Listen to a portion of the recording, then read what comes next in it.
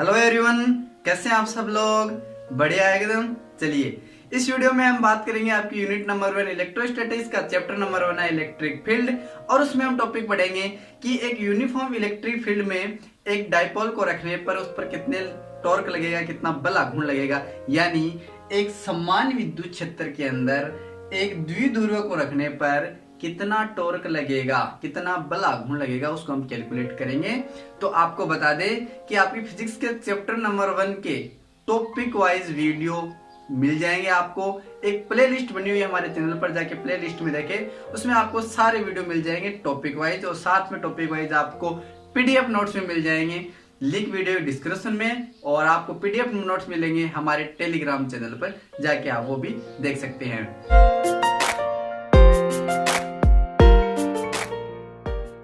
चलिए आप शुरू करते हैं, समझते हैं इसको।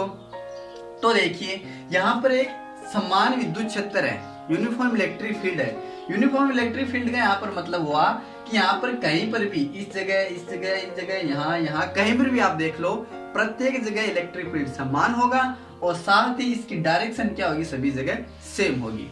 तो ये सेम इलेक्ट्रिक फील्ड है जिसमें एक डाइपोल के विद्युत द्विध्रुव को रखा गया है, जैसे कि आप इस चित्र में भी देख पा रहे हो। ठीक है, अब इस पर क्या लगेगा, टॉर्क लगेगा। तो टॉर्क हम कैलकुलेट करेंगे। तो देखिए जैसे इस द्विध्रुव को डाइपोल के इस यूनिफॉर्म इलेक्ट्रिक फील्ड के अंदर रखते हैं, तो इसमें जो आपके अपोजिट चार्ज हैं, माइनस चार्ज और पॉजिटिव चार्ज, उस पर क्या लगेगा, फोर्स लगेगा। अब याद रखना कि आपके पास जो पॉजिटिव चार्ज है उस पर हमेशा जो फोर्स लगता है समान इलेक्ट्रिक फील्ड में, वो उस इलेक्ट्रिक फील्ड की डायरेक्शन में लगता है हमेशा। ठीक है, और उसकी वैल्यू क्या होगी, F = QE से हम लिख सकते हैं। और आपका जो माइनस चार्ज है, इस चार्ज पर जो फोर्स लगेगा समान विद्युत क्षेत्र के कारण, उसकी डायरेक्शन क्या होगी, इसके अपोजिट होगी। यानी इसकी डायरेक्शन इस दिशा में होगी और इसकी वैल्यू भी क्या होगी, F = QE। यानी यहाँ पर इस द्विध्रुव में माइनस चार्ज और आपका प्लस चार्ज है, दोनों पर लगने वाले फोर्स का मैग्नीट्यूड क्या होगा, समान होगा। चलिए अब ये होता आपका द्विध्रुव है। और द्विध्रुव आघूर्ण हम किसे कहेंगे, द्विध्रुव आघूर्ण कहेंगे कि जहां पर एक किसी चार्ज का मैग्नीट्यूड और इनके बीच की डिस्टेंस का जो मल्टीप्लाई है, उसको हम क्या कहेंगे, विद्युत द्विध्रुव आघूर्ण कहते हैं। तो अब देखिए यहाँ पर जैसे ही इसको रखेंगे, इस पर फोर्स लगेगा, दोनों चार्जों पर फोर्स लगने पर क्या होगा कि ये रोटेट करेगा, यानी इस पर कुछ टॉर्क कार्य करेगा यहाँ पर। अब टॉर्क कार्य कैसे करेगा, देखिए यहाँ पर हम तो कह देंगे कि भाई इस द्विध्रुव को रखा है तो इसमें दोनों पर फोर्स लग रहा है, तो टॉर्क कितना कार्य कैसे करेगा। लेकिन देखिए यहाँ पर इन दोनों पर फोर्स लग रहा है और दोनों का मैग्नीट्यूड जो वो समान है। यानी इसका मैग्नीट्यूड देखें तो प्लस का कितना चार्ज है, QE, और ये कितना, माइनस का QE। यानी इस दोनों चार्ज पर लगने वाला जो टोटल फोर्स है, जो टोटल नेट फोर्स है, वो कितना होगा, 0 होगा। यानी कोई चार्ज नहीं लगेगा, अब इस पर कोई फोर्स नहीं लगेगा। कैसे नहीं लगेगा, क्योंकि ये तो पॉजिटिव चार्ज है और ये नेगेटिव चार्ज, दोनों में मैग्नीट्यूड समान है, इसलिए टोटल इस द्विध्रुव पर लगने वाला आपका फोर्स जो है वो क्या हो जाएगा, 0 हो जाएगा।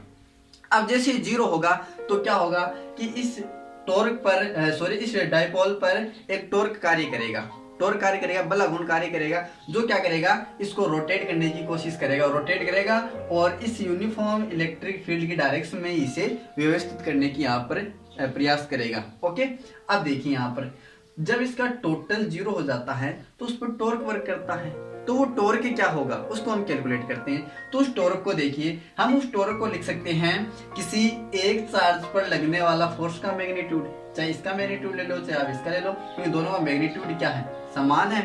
तो किसी एक चार्ज का मैग्नीट्यूड, फोर्स का मैग्नीट्यूड इनटू इस दोनों चार्ज के बीच की लंबवत दूरी का गुणनफल क्या होता है, टॉर्क होता है। तो देखिए अब किसी एक चार्ज का तो हम यहाँ से लिख सकते हैं, चाहे ये ले लो चाहे ये ले लो, ठीक। किसी एक चार्ज का तो यहाँ में अपने फोर्स का मैग्नीट्यूड ले सकते हैं, लेकिन यहाँ पे इसकी अब लंबवत दूरी हमें ज्ञात करनी है। ठीक है, परपेंडिकुलर दूरी हमें ज्ञात करनी है, तो वो देखिए कैसे ज्ञात करेंगे। तो ये माइनस चार्ज है, इसको हम थोड़ा पीछे बढ़ा देते हैं और यहाँ से प्लस चार्ज यहाँ पर बना देते हैं परपेंडिकुलर। तो मतलब ये एक ट्राइंगल बन गया क्या हमारे पास, ठीक है। और इनके बीच की परपेंडिकुलर डिस्टेंस कौन सी है, ये वाली है, जिसे नाम दे दिया मैंने BC। ये A, B और C, यानी आपके पास BC जो परपेंडिकुलर दूरी है, और इसको मान लेते हैं कि क्या है, x है। तो हमें ये x ज्ञात करनी है। अब x कैसे ज्ञात करेंगे, तो देखिए सबसे पहले x को कैसे ज्ञात करेंगे। अच्छा, हमारे पास वैल्यू 2 है इस ट्राइंगल के अंदर। एक तो हमारे पास ये परपेंडिकुलर है, ठीक है, और ये आपके के पास क्या है, हाइपोटेन्यूज से कर्ण है।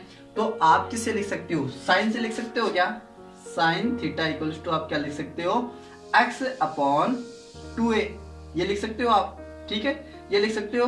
तो x की वैल्यू क्या आ जाएगी आपके पास, लंबवत वैल्यू x इक्वल टू आ जाएगी 2a साइन थीटा। ओके, आपके पास क्या आ जाएगी, 2a साइन थीटा। ओके, चलिए अब देखिए इसमें जो टॉर्क वर्क करेगा, उस टॉर्क को हम सिंपली क्या ले सकते हैं, किसी एक साइड का फोर्स का मैग्नीट्यूड और इनटू में क्या आ जाएगा, इसकी परपेंडिकुलर दूरी यानी BC, यानी QE इनटू क्या आ जाएगा, BC। और BC को मैंने किसे लिखा है, x से, तो QE x भी आप लिख सकते हो, ठीक है।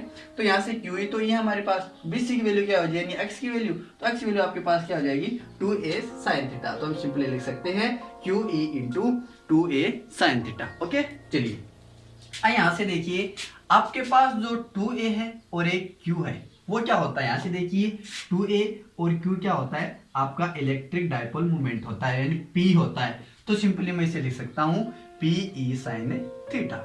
ओके, और यदि इसको हम वेक्टर फॉर्म में लिखें, तो वेक्टर फॉर्म में क्या हो जाएगा, torque vector torque into equals to और vector P into vector E।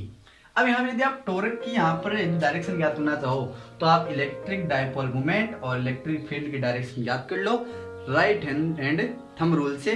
तो आपके पास क्या आ जाएगी, टॉर्क की डायरेक्शन आ जाएगी। तो ये आपके पास क्या हो गया, फॉर्मूला हो गया किसका, टॉर्क का। किस पर लगने वाला, इस डायपोल पर लगने वाला टॉर्क की वैल्यू। ओके, चलिए अब कुछ यहाँ पर स्पेशल केस देखते हैं। तो केस नंबर हमारे पास 1 है कि यदि इस इलेक्ट्रिक डायपोल को इस समान इलेक्ट्रिक फील्ड में यदि थीटा कोण पर रखा हुआ है, जैसे कि आप इस डायग्राम में देख रहे हो, यानी प्लस चार्ज है तो इसकी डायरेक्शन भी इधर ही होगी, ठीक है, इस दिशा में होगी, और माइनस की क्या होगी, इस दिशा में होगी, जो लगने वाला फोर्स है उसकी डायरेक्शन, ठीक है।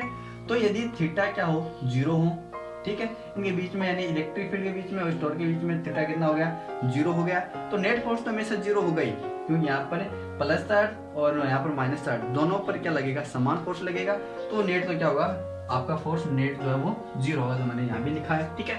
तो थीटा यदि 0 है तो टॉर्क भी क्या होगा, 0 होगा, क्योंकि यहाँ पर आपके पास वैल्यू ये है साइन थीटा। थीटा की वैल्यू क्या रखोगे आप, 0 डिग्री रखोगे, तो साइन 0 कितना होता है, 0। तो लगने वाला टॉर्क क्या होगा, 0 होगा। यानी आप इसको घुमाने की आवश्यकता नहीं है भाई। टॉर्क का मतलब, लगने का मतलब यहाँ है कि इस द्विध्रुव को क्या करेगा, रोटेट करेगा अपनी दिशा में लाने के लिए, साम्य अवस्था में लाने के लिए, ठीक है। तो इसको हम बोल देंगे कि इसकी स्थायी साम्य अवस्था है, यानी इस पर कोई टॉर्क नहीं लगेगा, पहले से इसी डायरेक्शन में, ठीक है, जब थीटा कितना हो, 0। ओके, अब चलिए केस नंबर 2 देखिए। जब आपके पास ये एंगल कितना हो जाए, 90 डिग्री हो जाए, यानी इस प्रकार आपका इधर तो क्या है, इलेक्ट्रिक फील्ड की डायरेक्शन है, और उसके परपेंडिकुलर क्या रखा हुआ है, आपका डायपोल रखा हुआ है। तो जैसे आप देख पा रहे हो डायरेक्ट चित्र में, तो आपके पास परपेंडिकुलर रखा हुआ है, तब क्या होगा, नेट फोर्स तो आपका 0 ही रहना है, लेकिन आपका टॉर्क जो है वो कितना हो जाएगा, PE। कैसे, साइन थीटा है, थीटा की वैल्यू आप रखोगे 90, तो 90 की वैल्यू कितनी होती है, 1। तो आप क्या लिख दोगे, PE साइन थीटा की वैल्यू यहाँ पर 1 हो जाएगी, तो आप टॉर्क इक्वल्स टू PE लिख देंगे, ठीक है। तो ये कहलाती है आपकी संतुलित अवस्था। अब ये टॉर्क जो वर्क करेगा, ये टॉर्क इस द्विध्रुव को घुमा के अपने डायरेक्शन में ले आएगा। ओके, चलिए अब यहाँ पर देखते हैं केस नंबर 3। तो केस नंबर 3 में देखिए, यदि एंगल 180 डिग्री हो जाए, यानी आपके पास जो पॉजिटिव चार्ज वो इस साइड आ जाए, ठीक है। अब देखने में आपको ऐसा लग रहा है कि थीटा यहाँ पर 0 है, लेकिन नहीं, ये पॉजिटिव चार्ज इस दिशा में है, तो इसका फोर्स तो इसी दिशा में लगना है ना, और इसका फोर्स इस दिशा में लगना है, ठीक है। तो ये इससे विपरीत हो गया क्या, ठीक है। तो इससे विपरीत हो गया तो क्या होगा, ये 180 डिग्री पर रोटेट होगा, इस पर जो टॉर्क वर्क करेगा वो 180 डिग्री पर होगा, ठीक है, क्योंकि पॉजिटिव चार्ज को उधर ले जाएगा।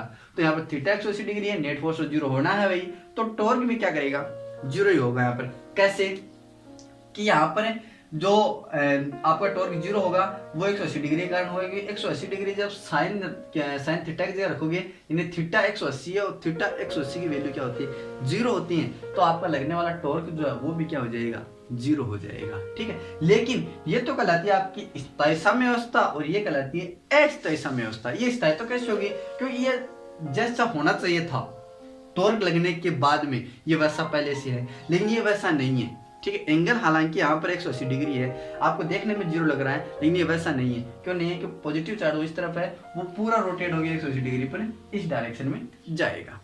तो ये हमने देखा कि किसी यूनिफॉर्म इलेक्ट्रिक फील्ड के अंदर कोई डायपोल रखा तो कितना टॉर्क वर्क करेगा और उसके क्या क्या कैसे हो सकते हैं। तो फिलहाल आज के वीडियो में इतना ही, मिलते हैं एक नए टॉपिक के साथ, तब तक के लिए take care and good bye.